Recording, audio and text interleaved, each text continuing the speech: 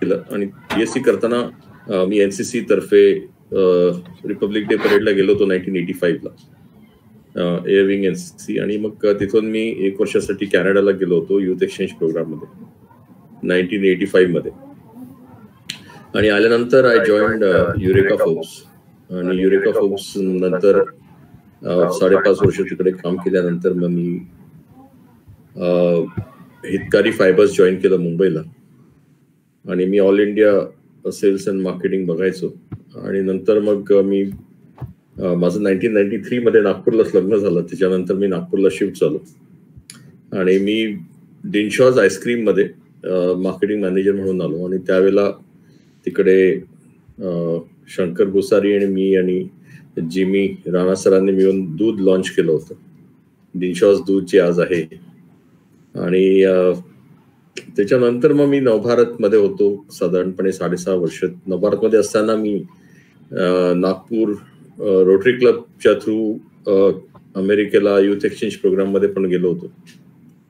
आणि तिथून आल्यानंतर मग 1998 मध्ये मी मुंबईला शिफ्ट झालो ऍज अ CEO ऑफ मुद्रा कम्युनिकेशन्स. तर मुद्राचं एक जॉईंट व्हेंचर होतं व्हर्टिगो ऑस्ट्रेलिया बरोबर, प्राईम साईट नावाचं. तर I was a CEO of that joint venture. आणि त्याच वेळेला ॲनिमेशनची सुरुवात भारतामध्ये झाली होती.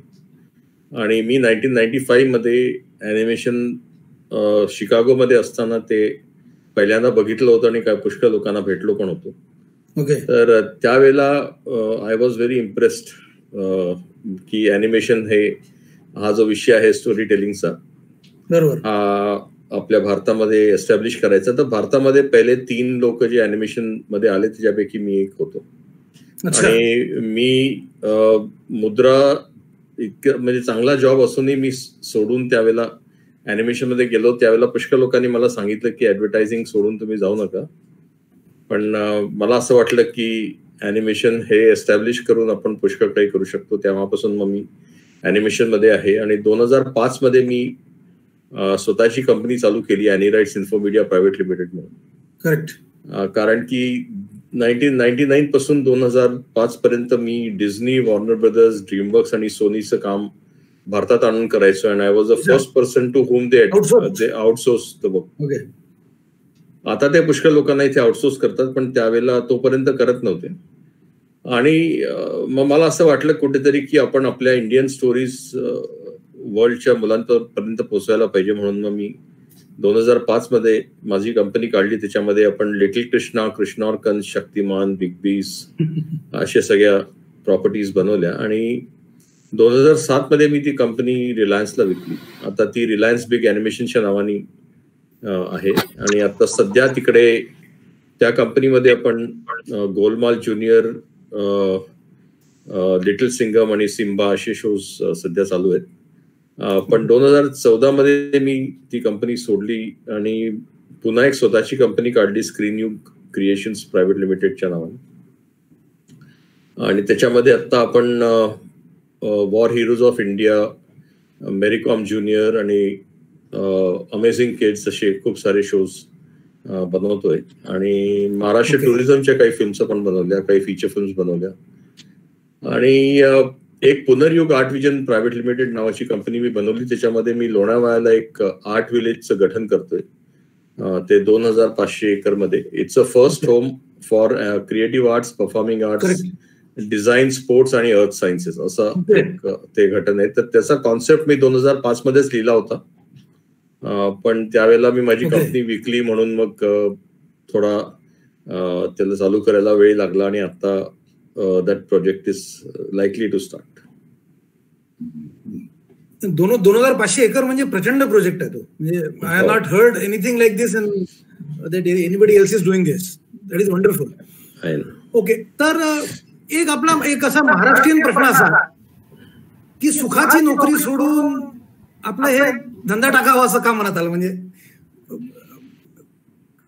शुद्ध मराठीत विचारायचं तर. आणि शुद्ध मराठीत तुम्हाला सांगायचं तर असं आहे की मी फोर्स्ड एंटरप्रेनर झालो.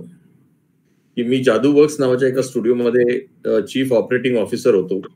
आणि आम्ही तिकडे खूप छान काम करत होतो, साधारणपणे 5-1 वर्ष. आणि आमचे 2 डायरेक्टर्स होते, त्या दोघांमध्ये भांडण झालं आणि एक दिवस त्या आमच्या चेअरमनच्या मुलांनी येऊन स्टुडिओ बंद करून टाकलं. तर त्यावेळेला आम्ही लोक 690 लोक होतो स्टुडिओमध्ये आणि I was a captain of the ship.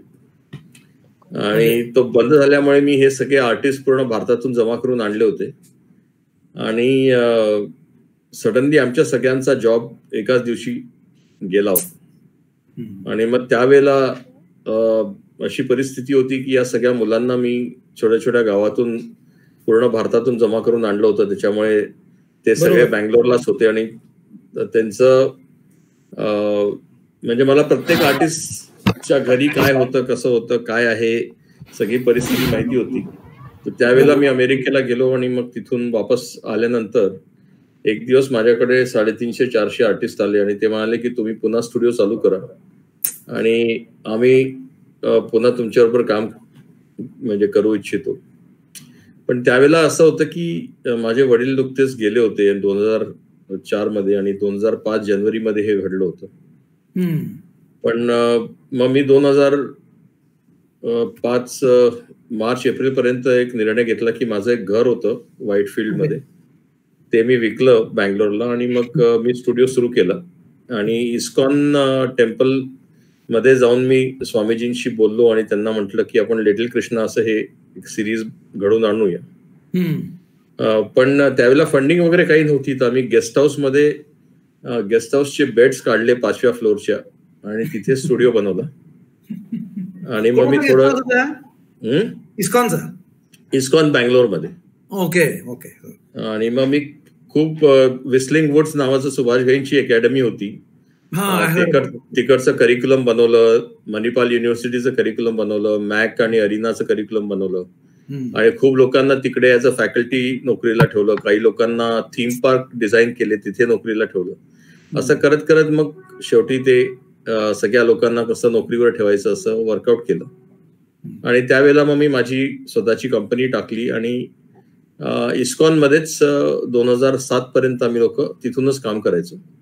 आणि त्यावेळेला माझ्याकडे 370-380 लोक होते. आणि त्यावेळेला मग मी मार्च 2007 कंपनी रिलायन्सला विकली. तर असं काय आहे की ते प्लॅन्ड असं काही नव्हतं, पण असं करावं लागलं म्हणून.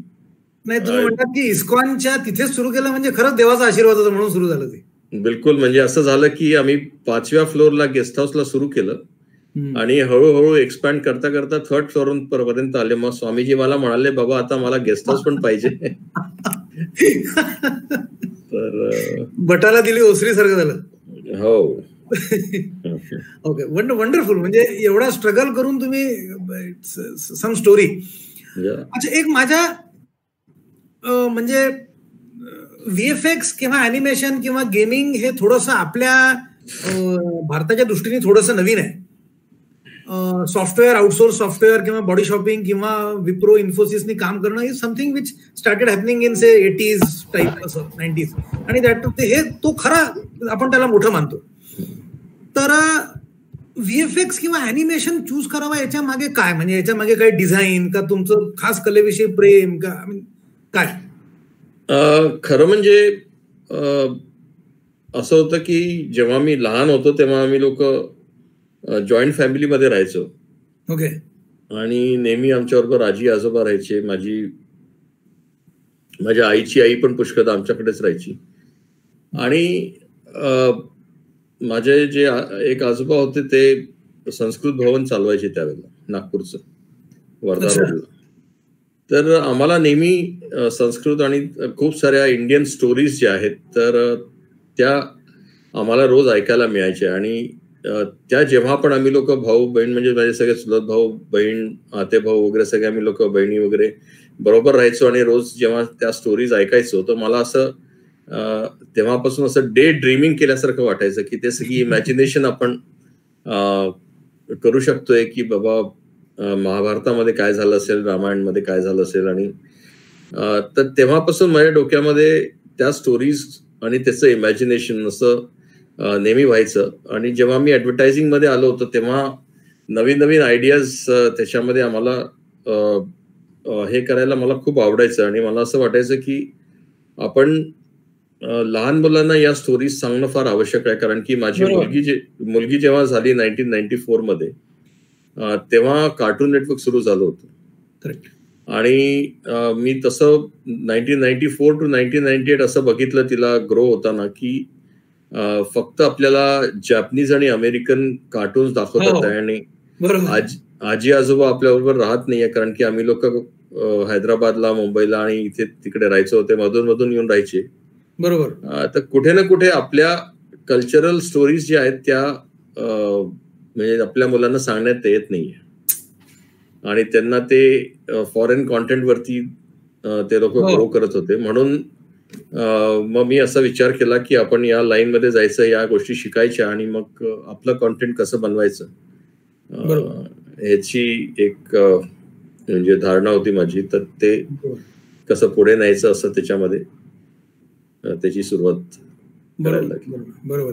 म्हणजे to recollect my experience and reflect a bit, Donald Duck सगळ्यात पहिला कार्टून किंवा मिकी माऊस किंवा त्याच्यानंतर टॉम अँड जेरी सर्वात म्हणजे सर्वात जुना जो कॅरेक्टर आहे त्याचं नाव विनी द पू आहे. Winnie the Pooh. Okay. Winnie the Pooh मला माहित नव्हतं, पण it is equally famous. Winnie the Pooh आज 107-108 वर्षाचा आहे आणि मिकी माऊस 104 वर्षाचा आहे. अच्छा, ओके. सो विनी द पू was also started by Disney only का? म्हणजे त्या डिस्नीने सुरू केला होता? Yes, it was started by somebody else in publication and then it. अच्छा, असं झालं. Okay, wonderful.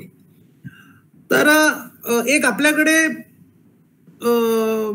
क्रेडिट पटकन मिळत नाही असं एक फार जुनी बोंब आहे आणि बिझनेस चालू करणं हे कठीण आहे असं एक मत आहे. म्हणजे क्रेडिट हा एक भाग झाला, पण बाकी परमिशन घ्यावं लागतात वगैरे असं. तर तुमचं काय मत? ऍक्च्युली या दोन्ही पण गोष्टी खऱ्या आहेत. पण कसं आहे की आता आजच्या जगामध्ये जिथे डिजिटल कॉन्टेंट इकॉनॉमी ज्याला म्हणतो आपण, बरोबर, ह्याची सुरुवात झालेली आहे. आणि जे काही आधी अनऑर्गनाइज्ड फिल्म मेकिंग व्हायचं किंवा अनऑर्गनाइज्ड सेक्टर होतं, ते फॉर्म्युलाइज जेव्हा व्हायला लागलं, त्याच्यामध्ये क्रेडिटचा जो विषय आहे तो तुम्हाला आधीच निगोशिएट करायला लागतो आणि तो निगोशिएट करूनच नाही करायचा. तर या गोष्टी म्हणजे आपल्याला शिकायला मिळाल्या. आणि त्याच्यानंतर की इंटलेक्च्युअल प्रॉपर्टी ज्याला म्हणतो आपण, की तुमची जी आयडिया असेल ती कशी सिक्युअर करायची, ती कशी रजिस्टर करायची आणि ते सिक्युअर्ड प्रॉपर्टीला कसं तुम्ही पुढे नेऊ शकता, ह्याचं नॉलेज जे आहे ते तुम्हाला असणं फार आवश्यक आहे. बरोबर. म्हणून त्या गोष्टी एक लक्षात घेऊन मग पुढे काम करायला लागतं. बरोबर. दुसरी गोष्ट आहे की कुठलाही बिझनेस चालू करायचा हा कठीण असतोच. आणि स्पेशली ॲनिमेशन, व्हिज्युअल इफेक्ट्स किंवा गेमिंग हा जो आहे हा खूप म्हणजे खूपच जास्ती कठीण बिझनेस आहे. ओके. कारण की याच्यामध्ये खूप लिमिटेड लोक तुमचं कॉन्टेंट घेतात आणि खूप लिमिटेड लोक त्या गोष्टी करू शकतात. आणि त्याचे जे स्किल सेट्स आहेत त्या खूप म्हणजे निश स्किल सेट्स आहेत. करेक्ट. तर ते असल्यामुळे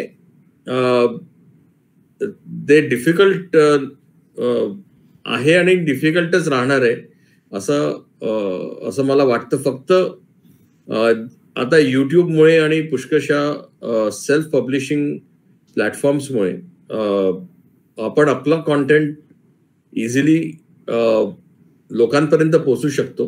पण त्याला कमर्शियली व्हायबल करण्यासाठी आजही ते कठीण आहे, असं इतकं सोपं नाही. अच्छा, त्याला एक लागून एक छोटासा उपप्रश्न असा की याच्याकरता टॅलेंट तुम्ही म्हणलात की इझिली अवेलेबल नसतं. म्हणजे यू नीड क्रिएटिव्ह पीपल, लोक थोडीशी कला असलेली डोक्यात असलेली पाहिजे. तर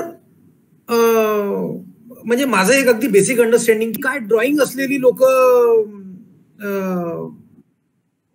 हे करू शकतात का? कसं आहे की आपल्या इथे आपण स्कूल एज्युकेशन मध्ये जेव्हा आपली एज्युकेशन पॉलिसी झाली त्यावेळेला आपल्याला इंडस्ट्रियल नेशन असं व्हायचं होतं 1956 मध्ये. म्हणून आपण काय केलं की English, maths, botany, zoology, physics, chemistry, correct, history, geography, civics, economics असे टॉप 10 सब्जेक्ट ठेवले. करेक्ट. आपण creative arts, performing arts, design आणि स्पोर्ट्सला काही मार्क्स दिले नाहीत. It was actually look down.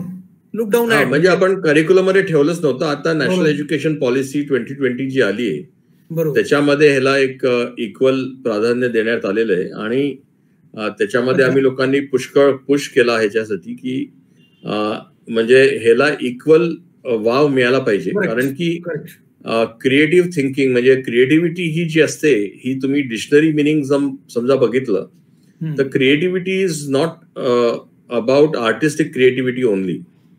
It's about how you solve a problem in a different way. Correct. तर तुम्ही डॉक्टर झाले किंवा इंजिनियर झाले किंवा लॉयर झाले किंवा चार्टर्ड अकाउंटंट झाले तरी तुम्ही जोपर्यंत तुमची क्रिएटिव्हिटी चांगली नसेल तोपर्यंत तुम्ही सक्सेसफुल होऊ शकत नाही. बरोबर आहे. तर हा जो आस्पेक्ट आहे हा लहानपणापासून समजा आपल्याला करायला दिला तर म्हणजे we will be correct able to have very different and a good kind of human being. आणि स्पोर्ट्स हा सब्जेक्ट कंपल्सरी ठेवला आणि कुठलं पण क्रिएटिव्ह सब्जेक्ट आणि परफॉर्मिंग आर्ट सब्जेक्ट कंपल्सरी ठेवला तर जसं आपण मॅथ्स किंवा इंग्लिश करू शकतो बरोबर त्याचप्रमाणे आपण ड्रॉइंग पण करू शकू आणि पेंटिंग पण करू शकू. पण असं म्हणणं की हे मला जमणारच नाही असं नाही आहे, कारण की तसंच असतं तर मॅथ्स पण जमलं नसतं. बरोबर.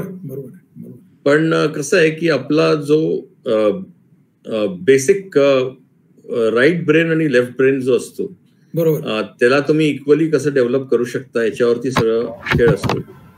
आणि तो जर आपल्याला डेव्हलप करायला मिळाला तर त्याच्यामध्ये आपण पुष्कळ काही करू शकतो.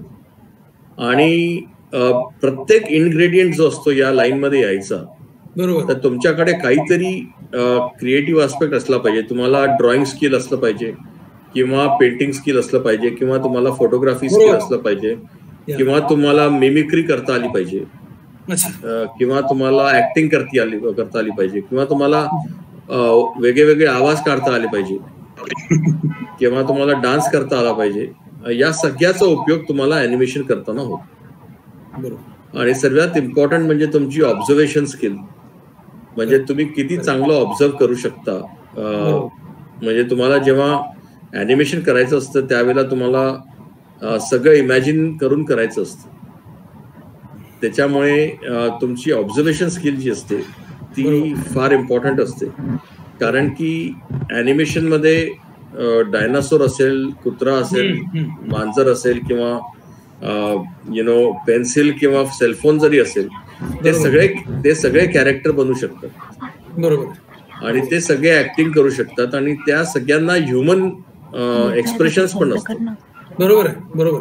तर या गोष्टी करणं फार कठीण असतं. ते लाईव्ह ऍक्शन मध्ये करणं सोपं असतं पण ते अॅनिमेशन मध्ये करणं खूप कठीण असतं. आणि ते सगळे बोलतात पण, म्हणून ते कसे बोलतील ह्याचं इमॅजिनेशन करणं हे पण खूप इम्पॉर्टंट स्किल असते. तर त्याच्यामुळे यात तुम्हाला बेसिक स्किल्स काही पण असल्या तरी त्या तुम्ही याच्यामध्ये इझिली कन्वर्ट करू शकता. ओके. म्हणून आमचा प्रयत्न असा असतो की कोणी पेंटिंग, स्कल्पटिंग, ड्रॉइंग काही पण करता आलं ते जर चांगलं करता आलं तर आम्ही त्यांना स्टुडिओमध्ये घेतो, बाकीच्या गोष्टी आम्ही शिकवून टाकतो. हे तुम्हाला त्याचं उत्तर मिळालं.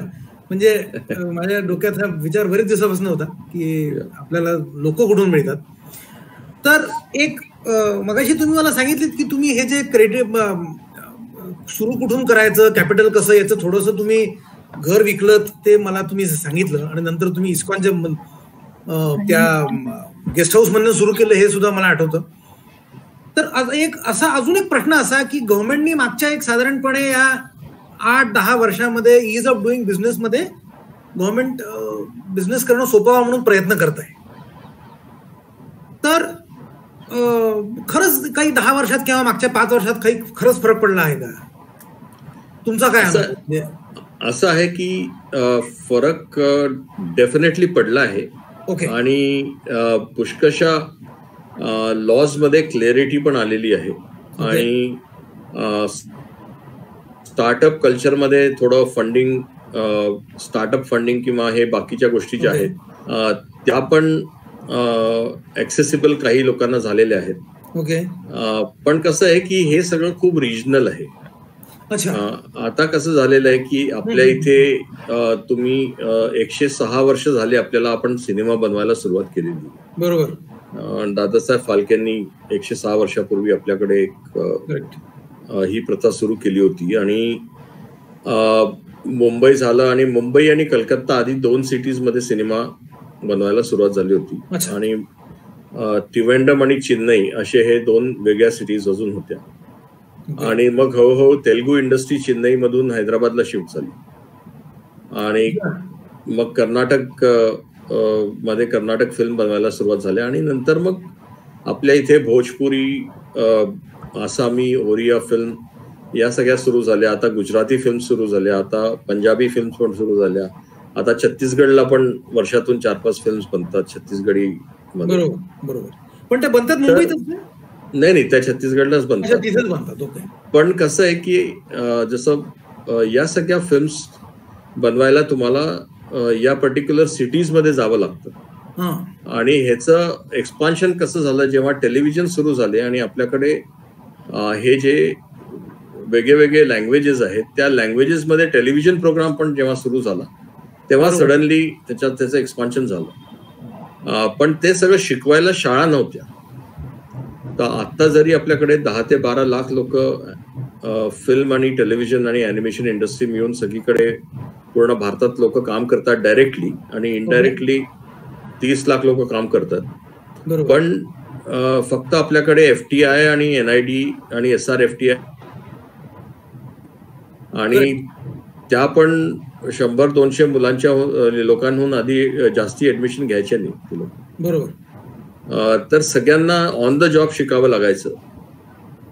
आता जेव्हापासून प्रायव्हेट युनिव्हर्सिटी सुरू झाल्या तर एज्युकेशन सुद्धा सुरू झालेलं आहे.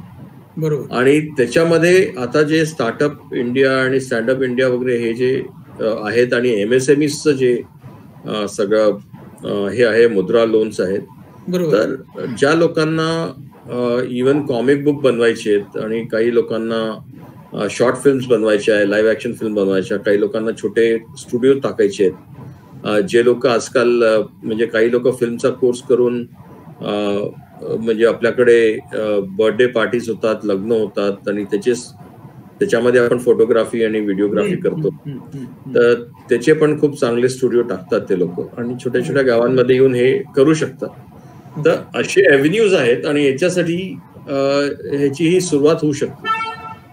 पण ह्याचं कसं आहे की डायरेक्ट कोरिलेशन मार्केट आणि पब्लिक बरोबर नसल्यामुळे याच्यामध्ये अजूनही थोडीशी डिफिकल्टी येते.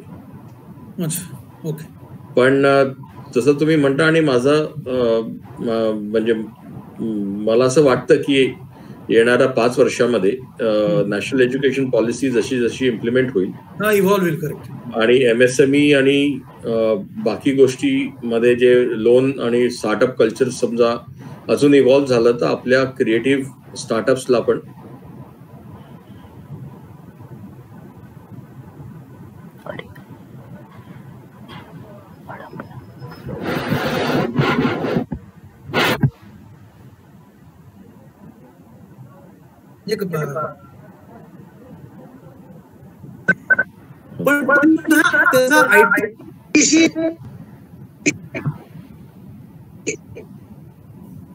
नाही म्हटलं तरी काहीतरी संबंध येतो. ऍक्च्युली कसं आहे की ह्याचं जे फाउंडेशन आहे ते सगळं आर्टिस्टिक असल्यानंतर आज सगळं जे आउटपुट आहे ते सगळं डिजिटल आउटपुट आहे. आणि त्याच्यामुळे काय आहे की याच्यामध्ये हे जे टेक्नॉलॉजी जी आहे it has become an enabler. It has become a final platform in which आपल्याला ते सगळं प्रोड्यूस करावं लागतं.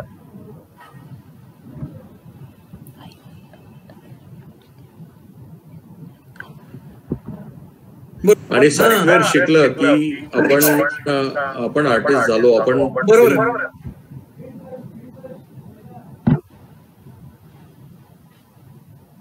ते असं नाही, कारण की फोटोशॉप शिकून तुम्ही पेंटर नाही बनू शकता. तुम्ही पेंटर असलात तर फोटोशॉप इफेक्टिव्हली युज करू शकता. म्हणून ते जे हँड माइंड कनेक्ट आणि ऑब्झर्वेशन स्किल जे आहे हे येणं अत्यंत आवश्यक आहे. तुमचा जो रियाज आहे तो तुम्ही 2 पेक्षा जास्ती टूल्स करू शकता, पण 2 टूल्स असतात. म्हणजे तुम्ही चांगले रायटर असाल तर तुम्हाला पेन आणि पेपर पाहिजे.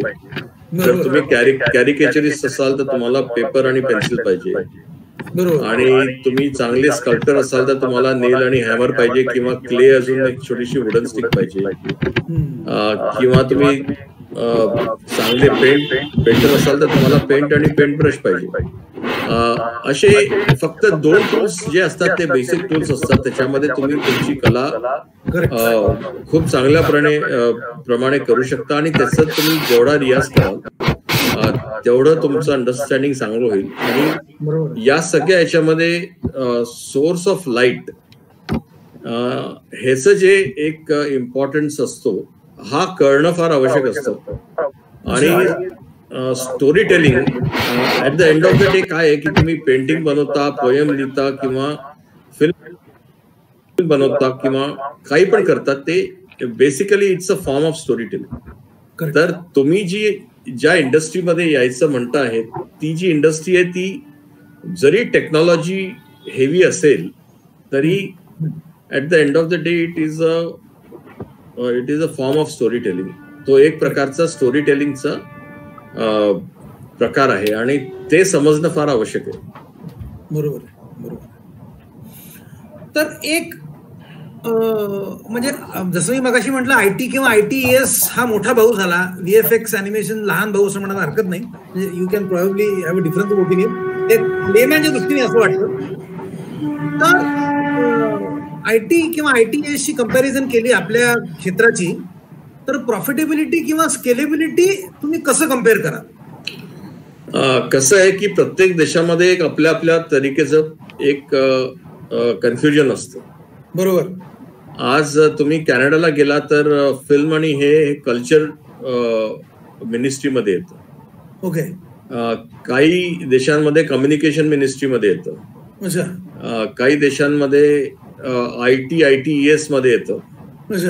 आता ITES मध्ये याच्यासाठी गेलं कारण की त्याच्यामध्ये आउटसोर्सिंग आणि सॉफ्टवेअर आणि हार्डवेअर आणि हे सगळं होतं, तर ते असं लोकांना वाटलं की ते तिकडचंच आहे म्हणून.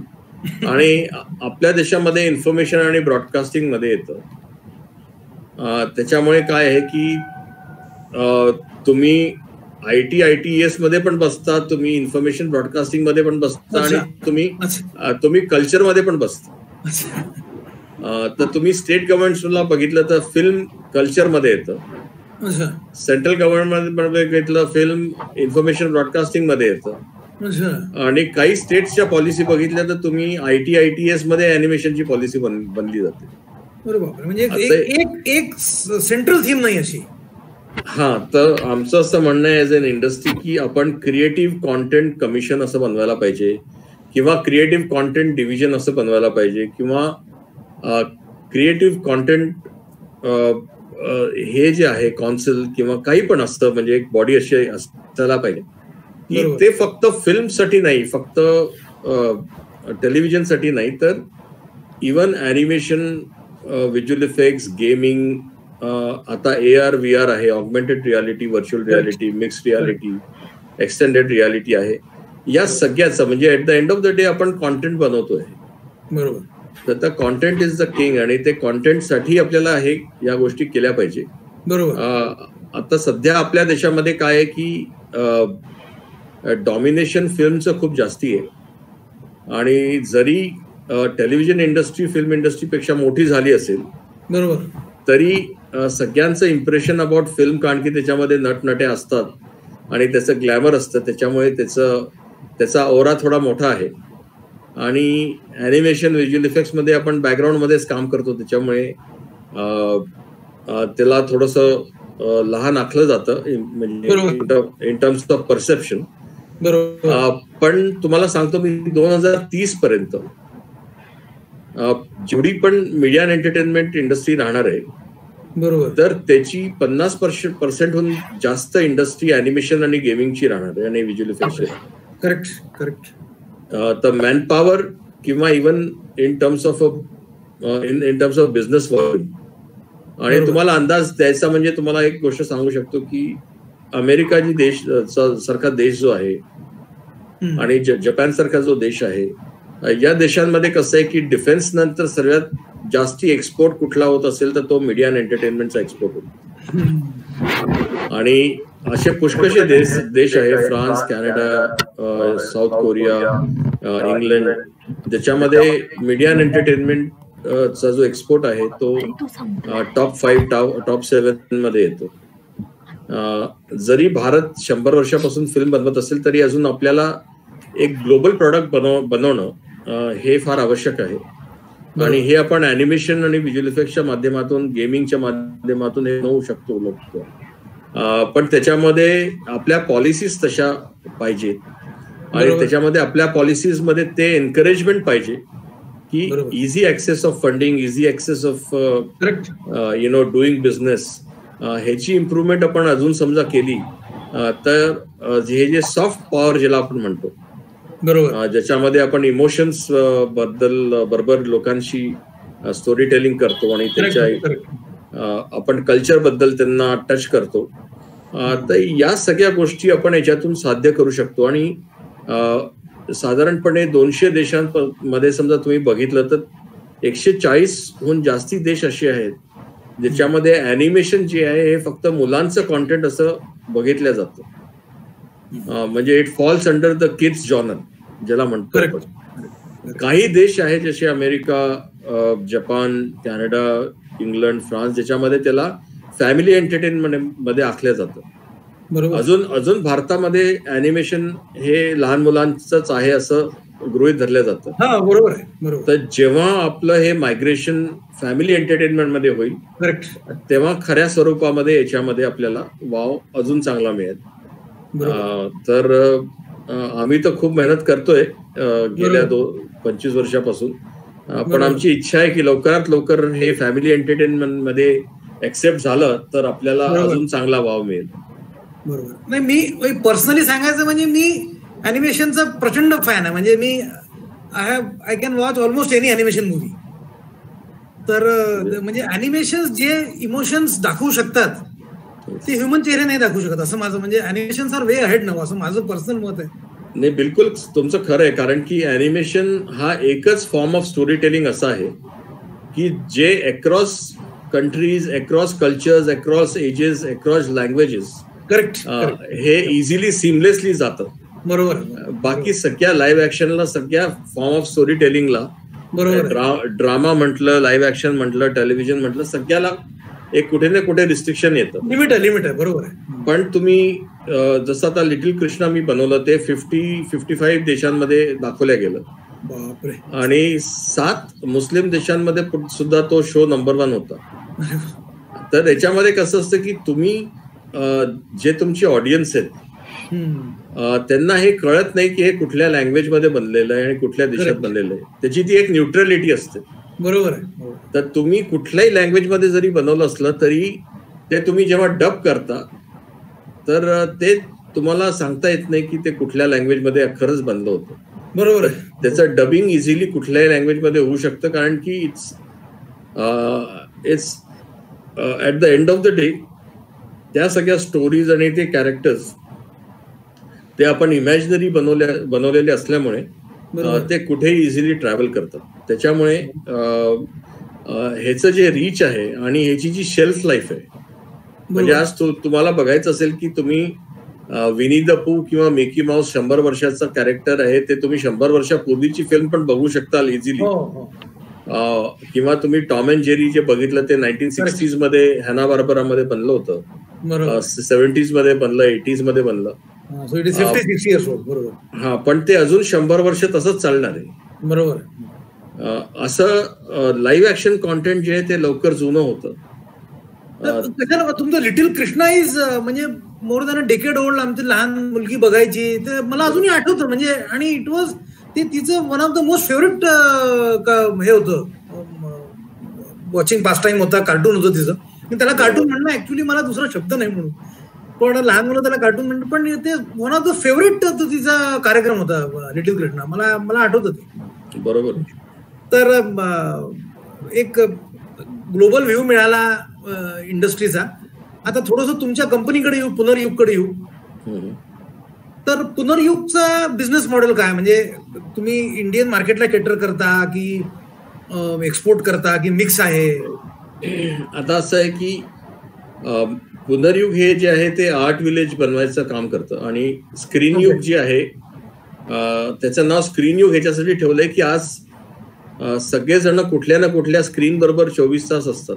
बरोबर आहे. आणि तुम्ही झोपले तरी तुम्ही तुमच्या बाजूला एक स्क्रीन ठेवता. बरोबर. आणि तुमच्या झोपेमध्ये स्वप्नामध्ये एक इमॅजिनरी स्क्रीन असते. आणि तुम्ही उठल्याबरोबर एक तर टेलिफोन आपल्या मोबाईल बरोबर मोबाईल स्क्रीनच्या जवळ असतात किंवा टेलिव्हिजन स्क्रीनच्या जवळ असतात किंवा मोठ्या स्क्रीनच्या जवळ असतात. म्हणून त्याचं नाव मी स्क्रीन युग ठेवलेलं आहे, कारण की आता सध्याचा जो एरा आहे तो स्क्रीन एरा असं मानल्या जाते. आणि त्याच्यामध्ये आपण नॅशनल आणि इंटरनॅशनल सगळ्या टाईपचं कॉन्टेंट बनवतो. आणि आपलं हे आहे की आपण आपल्या स्टोरीज जगापर्यंत कशा पोहोचू शकतो आणि वेगळ्या वेगळ्या देशांबरोबर आपण को प्रोडक्शन कसं करू शकतो, म्हणजे जॉईंटली स्टोरीज कशा डेव्हलप करू शकतो याच्यावरती त्याच्यात भर आहे. पुनर्युग जे आहे त्याच्यामध्ये त्याचं नाव तुम्ही समजा बघितलं असेल तर पुनर्युग आर्ट विजन प्रायव्हेट लिमिटेड असं त्याचं नाव आहे. बरोबर. तर पुनर्युग मध्ये मी माझी सिग्नेचर लाईन ठेवलेली आहे की अन आर्ट ऑफ क्रिएटिव्ह रिइन्कार्नेशन. तर त्याचं हे आहे की आपले खूप सारे भारतातले आर्ट फॉर्म्स आहेत आणि जगातले पुष्कळसे आर्ट फॉर्म्स आहेत. बरोबर. जे संपत चालले. म्हणजे आज 30 वर्षापूर्वी एक कॅम्पेन सुरू झालं होतं आपल्याला की आपण टायगर्सला वाचवायला पाहिजे, पांडाजला वाचवायला पाहिजे, आणि ते कॅम्पेनमुळे खूप सारे टायगर्स आपण वाचू शकलो, पांडाज वाचू शकतो, खूप सारे स्पीशीज वाचू शकलो. पण आर्ट फॉर्म्स आणि आर्टिस्ट हे पण एक्सटेंड होतात. तुम्हाला सिंपल गोष्ट सांगायची म्हणजे मी जेव्हा सरस्वती विद्यालयामध्ये शिकायचो तेव्हा एक जलतरंग कॉम्पिटिशन व्हायची. जलतरंग मला आठवतं. पण आज तुम्हाला जलतरंग वाजवणारे सापडणार नाही. कलाकार खतम झाले. बरोबर आहे. तर कसं आहे की असे खूप सारे आर्ट फॉर्म्स आहेत जे आपल्याला वाचवायला पाहिजे, आणि आपल्याला ते आर्ट फॉर्म्स जे आहेत ते आपण कंटेम्पररी फॉर्मॅटमध्ये कसे क्रिएट करू शकतो. बरोबर. तर ते आपण ॲनिमेशनच्या माध्यमातून आणि आर्ट डायरेक्शनच्या माध्यमातून स्टोरी टेलिंग मध्ये ते सगळे वापस आणू शकतो. तर मला कुठेतरी पुनर्युगमध्ये जे आहे माझं काम ते या सगळ्या टाईपचे आर्ट फॉर्म्स वाचवायचे, आणि ते जे आर्ट फॉर्म्स क्रिएट करणारे लोक आहेत त्यांना मेन स्ट्रीम मध्ये कसं आणता येईल आपल्याला. आणि हे कोर्सेस आपण युनिव्हर्सिटीमध्ये कसे आणायचे आणि ते कसे कंटेम्पररी फॉर्मॅटमध्ये कसे क्रिएट करायचे ह्याच्यावरती ते पूर्ण त्याचा भर आहे. आणि त्या कंपनीमध्ये मी मोस्टली हे काम करतो. नेक्स्ट प्रश्न थोडासा याला जोडूनच आहे की आज आपल्याकडे एक IT रिव्होल्युशन येऊन गेलं 80s 90s मध्ये, 2000 मध्ये सुद्धा होतं, पण आता त्याची स्पीड कमी झाली. म्हणजे पण आपल्याकडे आजही computer, IT, software graduate, electronics, telecommunications graduates भरपूर झाले आता. पण जॉब ऑपॉर्च्युनिटीज त्या मानाने त्या क्षेत्रात कमी झाल्या. तर आपण ॲनिमेशन किंवा VFX किंवा गेमिंग याच्यामध्ये या प्रोफेशनल्सना आपल्याला या मुलांना जॉब मिळवून देऊ शकतात का? असं आहे की जेव्हापासून मी ॲनिमेशन मध्ये आहे माझ्याकडे कितीतरी आर्किटेक्ट्स, कितीतरी डेंटिस्ट, कितीतरी डॉक्टर्स, कितीतरी इंजिनियर लोक पण आमच्या स्टुडिओमध्ये काम करतात. आणि कसं आहे की त्यांच्या आई वडिलांनी त्यांना पुश केलं की तुम्ही हे करा, तुम्ही इंजिनिअरिंग करायलाच पाहिजे, मेडिकलमध्ये जायलाच पाहिजे. आता त्यांचा जो कल होता तो वेगळ्या ठिकाणी होता आणि ते याच्यामध्ये येऊ शकत होते. बरोबर आहे. आता जेव्हा तुम्ही म्हणाले की याची स्पीड कमी झाली आहे, तर त्याची स्पीड कमी नाही झाली आहे. त्याचं काय झालेलं आहे की जेव्हा तुम्ही इंडस्ट्री छोटी असते तेव्हा तुमची जी इयर ऑन इयर ग्रोथ असते करेक्ट ती तुम्हाला जास्ती वाटते. ती ग्रोथ कमी झाली असेल असं म्हणा. बरोबर आहे. पण आता काय आहे की इंडस्ट्रीचा व्हॉल्यूम एवढा मोठा झालेला आहे आयटीचा आणि ITESचा, ती पर्सेंटेज ग्रोथ जी असते ती तुम्हाला कमी वाटते. पण कसं आहे की त्याच्यामध्ये खूप सारे नवीन एक्सटेन्शन्स असतात की आज तुम्हाला जे फिल्म मेकिंगचं प्रोसेस असतं ते टेक्नॉलॉजी जी असते ती तुम्हाला वेगळ्या वेगळ्या प्रकारे काही काही गोष्टी करायला लावते.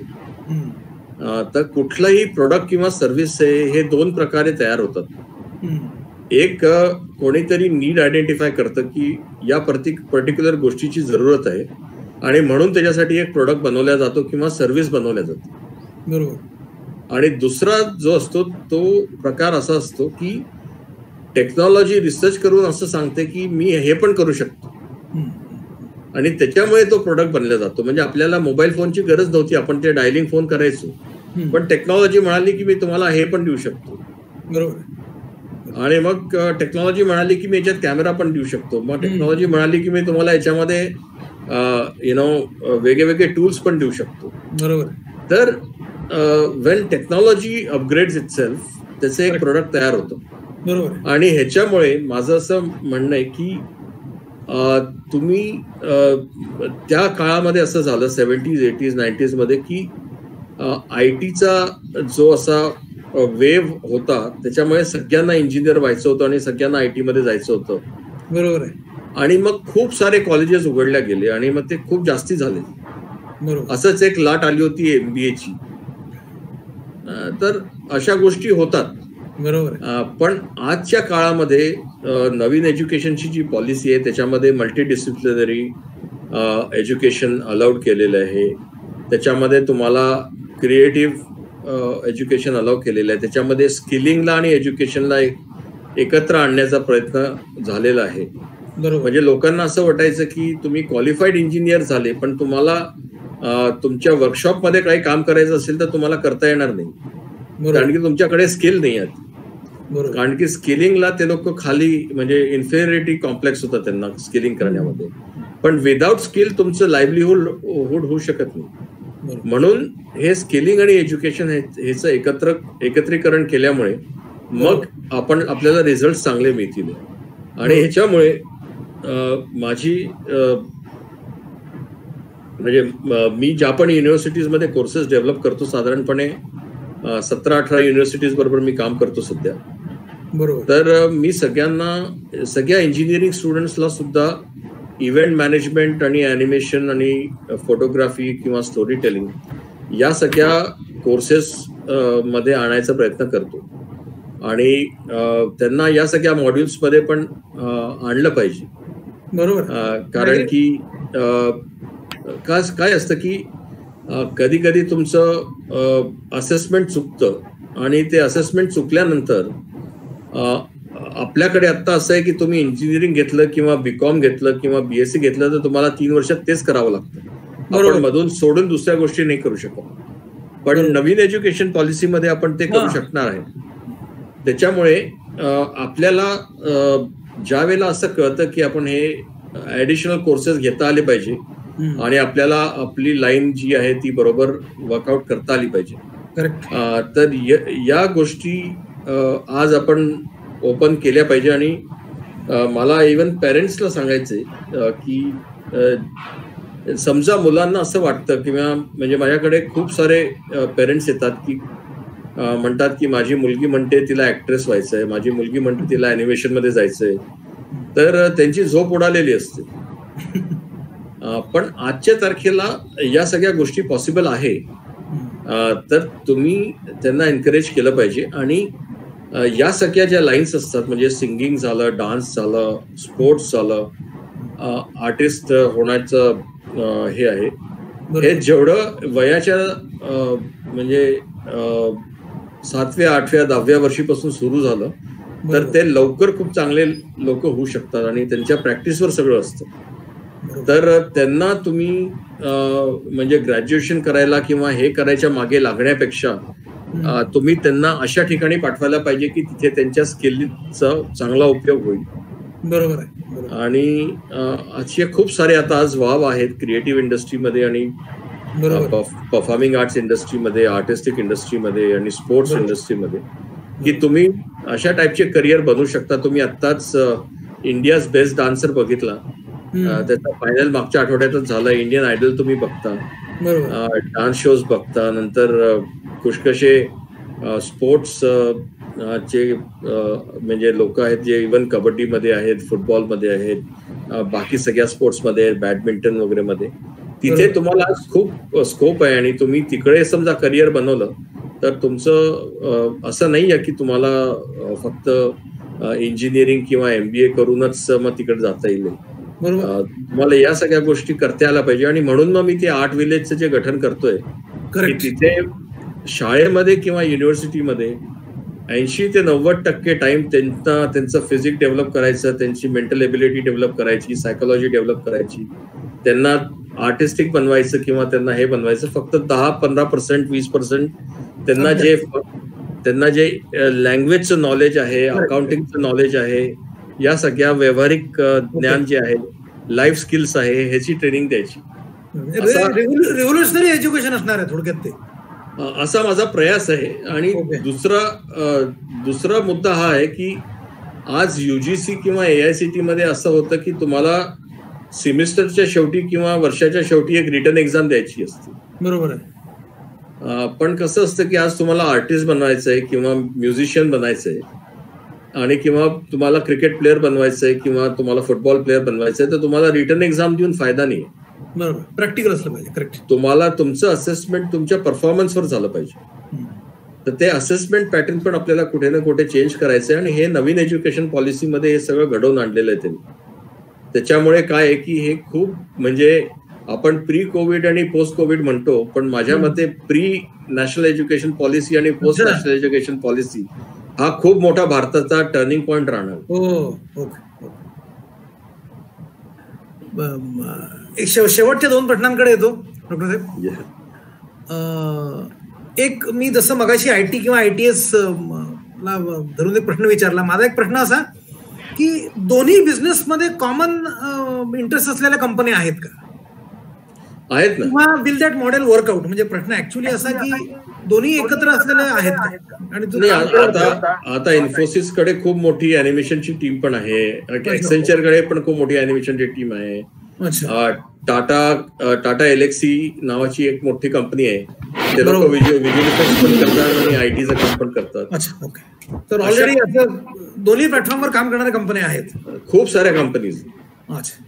आणि IT आणि गेमिंग करणाऱ्या पण खूप साऱ्या कंपनीज. IT आणि गेमिंग करणाऱ्या पण खूप साऱ्या आपले इंडियन पण आहेत. हो, सगळीकडे. ओके.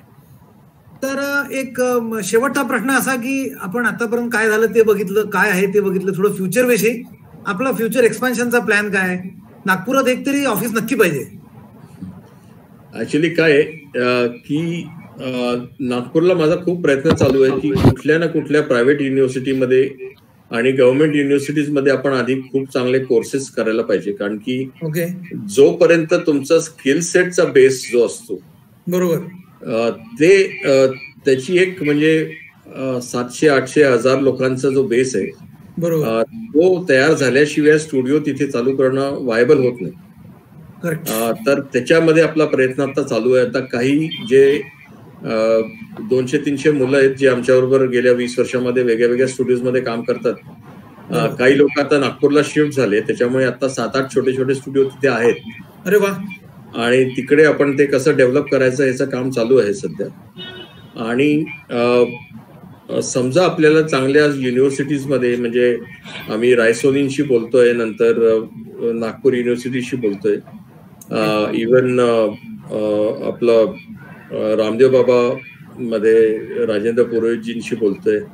यांनी लोकांनी समजा आपले चांगले क्रिएटिव्ह प्रोग्राम्स तिथे सुरू केले. आणि एक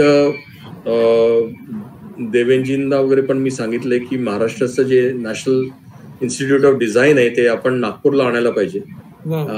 ते समजा या इन्स्टिट्यूशन्स आल्या आणि आपण 4-5 वर्षामध्ये एक चांगला बेस तिकडे एज्युकेशनचा बनवला, तर मग इंडस्ट्री हळूहळू तिकडे मूव्ह व्हायला सुरू होईल. तर असा एक प्रयास आपल्याला आता सुरू करतो. ऐकून खरंच आनंद झाला. तर आपल्याला अजून काही सांगायचं असलं, काही आपल्या युवा लोकांना काही संदेश द्यायचा असला, काही स्पेसिफिकली असलं तर सांगू शकता. मला हेच सांगायचं आहे की सध्या आपली जी इंडस्ट्री साईज आहे, animation, gaming, visual effects, comics आणि एक्सटेंडेड VR त्याला म्हणतो आपण, extended reality, augmented reality, virtual reality, या सगळ्या फ्युचरिस्टिक करिअर्स आहे, याच्यामध्ये तुम्ही लक्ष द्यायला पाहिजे. बरोबर. आणि तुम्हाला जे आर्टिस्टिक आणि परफॉर्मिंग आर्ट्स आणि स्पोर्ट्स असे जे करिअर्स आहेत, बरोबर, इव्हन जे एन्व्हायरमेंट सस्टेनेबिलिटी जे करिअर्स आहेत त्याच्यामध्ये तुम्ही लक्ष द्यायला पाहिजे आणि याच्यामध्ये तुम्ही इझिली करिअर बनवू शकता. आणि नेक्स्ट 10 वर्षामध्ये आमची जी इंडस्ट्री आहे ते साधारणपणे सध्या आपण किती पण मेहनत केली गेल्या 2 डिकेड्समध्ये, म्हणजे 20 वर्षामध्ये, तरी आपण जगातल्या 1% पर्यंतच पोहोचू शकलो आतापर्यंत. पण नेक्स्ट 10 वर्षामध्ये आपण जगातला 5 ते 7% मार्केट शेअर करायचा प्रयत्न करणार आहे आणि त्याच्यामुळे आपण 20% तिथे ॲव्हरेज 20% ते 25% अॅन्युअली ग्रोथ होणार आहे आपली. त्याच्यामुळे तुम्हाला याच्यामध्ये भरपूर वाव आहे आणि याच्यामध्ये तुम्ही करिअर बनवायला पाहिजे. आणि माझं स्टुडंट्सला तर हे सांगणं आहेच की त्याच्यामध्ये शॉर्टकट कुठलाच नाही आहे आणि फक्त टेक्नॉलॉजी शिकून होणार नाही, पण तुमचं फाउंडेशन तुम्हाला स्ट्रॉंग करावं लागेल. पण मला सगळ्या आई वडिलांना हे सांगायचंय की तुमच्या मुलांना क्रिएटिव्हिटी, परफॉर्मिंग आर्ट्स आणि डिझाईन आणि स्पोर्ट्स आणि एन्व्हायरमेंट असे हे जे 5 व्हर्टिकल्स आहेत, ह्याच्यामध्ये सुद्धा त्यांना करिअर बनवू द्या आणि त्यांना ह्याच्यामध्ये म्हणजे प्रॉपर एज्युकेशनच्या थ्रू जाऊन त्यांना याच्यामध्ये चांगला वाव मिळणार आहे, कारण की हे फ्युचरिस्टिक गोष्टी आहेत. तर समजा लोकांनी तुम्हाला सांगितलं की आम्हाला याच्यामध्ये इंटरेस्ट आहे, तर त्यांना तुम्ही मागे नका पाडू, पण त्यांना तुम्ही हेल्प करा आणि they will be successful people. धन्यवाद. थँक्यू. धन्यवाद.